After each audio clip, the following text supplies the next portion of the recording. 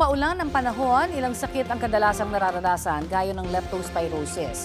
At para mas maintindihan po natin ang posibleng epekto ng leptospirosis, kausapin po natin si Dr. Ann Dominique Assis Matuba, Medical Officer 4 ng Disease Prevention and Control Bureau ng Department of Health. Magandang umaga at welcome po sa Balitang Hali, Doktora.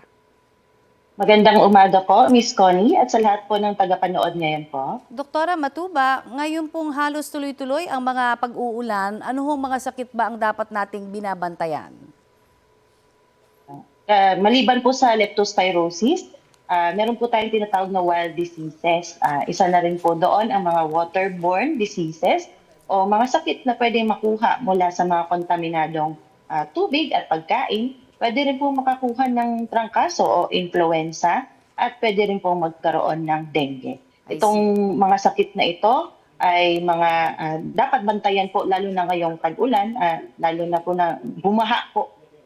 Kailangan po natin bantayan ang leptospirosis. Opo, at isa nga po sa talagang kailangan binabantayan yung leptospirosis dahil pag hindi ho naagapan, nakakamatay. Sabi nga, ano na ho ba ang latest count ninyo sa mga naitalahong kaso ng leptospirosis ngayong buwan o sa mga nakaraang buwan? Simula po nung Enero hanggang August 8 po, meron na tayong naitalang 3,440 na kaso ng leptospirosis. Bagamat ito ay mas mababa kumpara sa nakaraang taon na may dinala po tayong 5,318 na cases. Kailangan pa rin po nating mag-ingat at bantayan po ang pagtaas ng kaso lalo na po dahil sa mga nakaraang pagbaha. Meron din po tayo na italang 220 na deaths mula sa leptospirosis ngayong taon. Nakakalungkot po yan, ano? Pero po pwede naman natin maiwasan kung tutuusin po kasi, no? Maaari ho bang paalalahanan nyo na lamang lahat po ng mga manonood natin kung paano ho natin mapoprotektahan ang ating sarili laban po dito sa leptospirosis? Para po sa mga napalusong sa baha, hugasan po agad ang ating katawan pagkarating ng bahay gamit ang sabon at malinis na tubig. Hanggat maaari po kung kayang maiwasan ay huwag po tayong lulusong. Pero kung hindi po maiiwasan, ay magsuot po ng bota o ng kapote at takpan po ang mga sugat kung mayroon.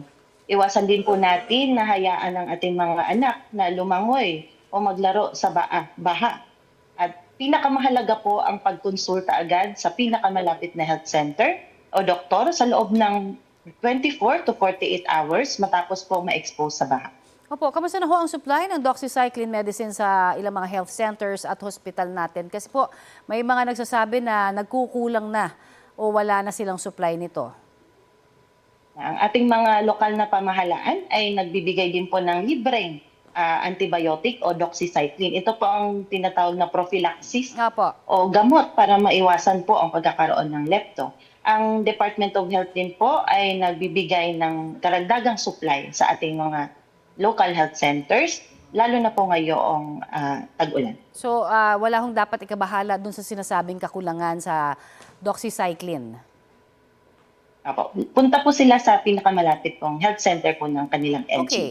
Kailan po at gaano ba karami lang dapat ang iinumin po ng doxycycline? Pakigabayan po, lalong-lalo na dun sa mga buntis, mas bata. May kaibahan ho ba yung dosage niyan? At kung gaano katagal iinumin?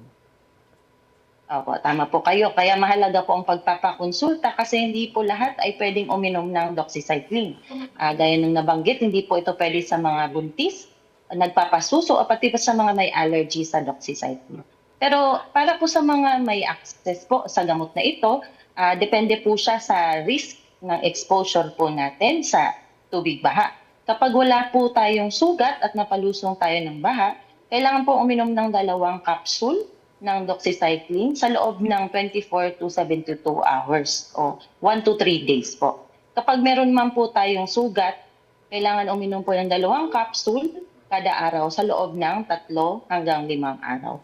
Ulit po namin na dapat sa loob po ng 24 to 72 hours ay makapag-konsulta, lalo na po sa palagi pong na-expose sa mga baha tulad ng ating mga frontline responders po. Okay, marami pong salamat sa inyo pong oras at impormasyong ibinahagi po sa amin dito sa Balitang Hali, Doktora. Thank you po, Ms. Connie, at thank you po sa GMA. Yan po naman si Dr. Ann Dominique Assis Matuba ng Disease Prevention and Control ng DOH.